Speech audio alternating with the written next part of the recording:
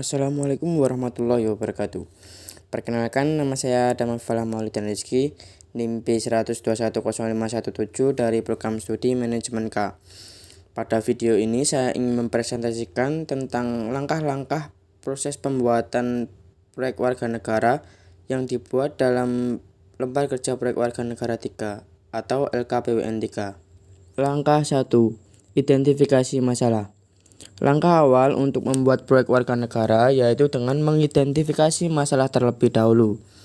Sebelumnya kita harus bisa melihat permasalahan-permasalahan apa sih yang ada di sekitar kita yang dapat kita jadikan identifikasi masalah.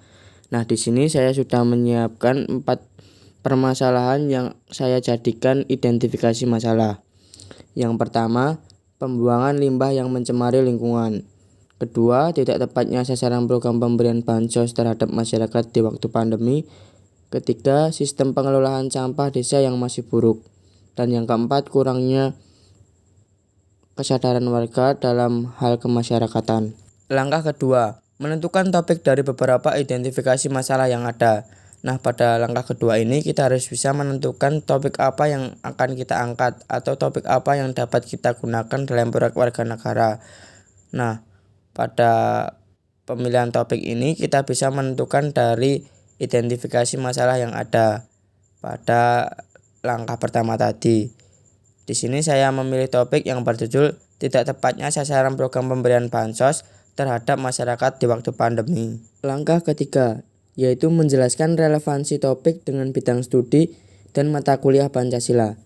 Nah, pada langkah ketiga ini kita harus bisa menjelaskan apa sih hubungannya topik yang kita angkat atau topik yang kita gunakan dalam proyek warga negara dengan bidang studi kita ataupun dengan mata kuliah Pancasila. Nah, relevansi topik dengan bidang studi yaitu terkait masalah sosial. Menurut saya, topik yang saya pilih sudah relevan dengan bidang studi manajemen. Tidak tepatnya pemberian bansos dikarenakan manajemen data atau pengelolaan data yang tidak akurat, di mana data yang diterima pemerintah pusat itu tidak sesuai dengan kondisi sebenarnya. Terlihat dari banyaknya masyarakat yang ekonominya mampu masih mendapatkan bantuan, sedangkan masyarakat miskin justru tidak dapat bantuan. Kemudian relevansi topik dengan mata kuliah Pancasila yaitu berkaitan dengan sila kelima, keadilan sosial bagi seluruh rakyat Indonesia, di mana pemberian bansos harus dilakukan dengan seadil-adilnya dan diberikan kepada yang berhak menerimanya agar tidak terjadi ketidakadilan dalam masyarakat. Langkah keempat, menentukan produk. Nah, jenis produk yang saya pilih di sini berupa video yang kemudian nanti akan saya upload ke YouTube. Langkah kelima, mencari sumber referensi untuk mendukung pembuatan proyek warga negara. Di sini untuk mendukung dalam pembuatan proyek warga negara, saya mencari referensi dari berbagai sumber seperti jurnal artikel, media online, peraturan perundangan, dan lain-lain. Nah, saya maksudkan agar untuk memperkuat proyek warga negara yang saya ingin buat. Langkah keenam yaitu pembuatan video. Nah, pada pembuatan video ini dibagi menjadi 3, yaitu pembukaan, bagian isi, dan penutup. Nah, pada bagian pembukaan di dalam pembuatan video itu diawali dengan perkenalan, dimulai dari mengucapkan salam dan menyebutkan identitas. Sebagai contoh, perkenalkan, nama saya Adam Fala Maulidan Rizky, NIM B1210517 dari program studi manajemen. Kemudian lanjut dari bagian pembukaan ke bagian isi. Nah, pada bagian isi dari video ini yaitu mempresentasikan tentang langkah-langkah pembuatan proyek warga negara dan penjelasan topik yang telah ditentukan sebelumnya, yaitu tidak tepatnya sasaran program pemberian bansos terhadap masyarakat di waktu pandemi. Nah, dari topik tersebut, di sini saya akan menjelaskan bahwa program bansos di kala pandemi merupakan program yang diberikan oleh pemerintah untuk membantu masyarakat yang ekonominya terdampak akibat pandemi virus COVID-19.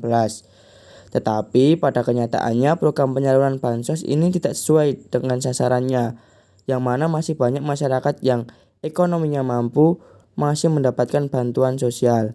Sedangkan sebaliknya masyarakat yang kurang mampu justru banyak yang tidak mendapatkan bantuan sama sekali. Pemberian bansos yang tidak tepat sasaran ini dikarenakan data penerimaan bansos kurang akurat. Nah, itulah informasi yang terdapat di bagian isi. Kemudian ke bagian penutup. Nah, pada bagian penutup ini berisi kesimpulan dari penjelasan materi yang dijelaskan pada bagian isi tadi, dan kemudian ditutup dengan salam penutup. Kesimpulan dari materi yang dijelaskan yaitu bahwa pemberian bansos yang tidak tepat sasaran memberikan dampak yang negatif bagi masyarakat kurang mampu karena dapat menimbulkan kesenjangan ekonomi dan ketidakadilan bagi masyarakat yang kurang mampu yang tidak menerima bansos di waktu pandemi. Nah, oleh karena itu, peran pemerintah untuk memperbaiki sistem pemberian bansos sangat diperlukan agar bansos dapat merata dan benar-benar diberikan kepada yang berhak menerimanya. Nah, itulah langkah-langkah dalam proses pembuatan proyek warga negara. Nah, sekian. Wassalamualaikum warahmatullahi wabarakatuh.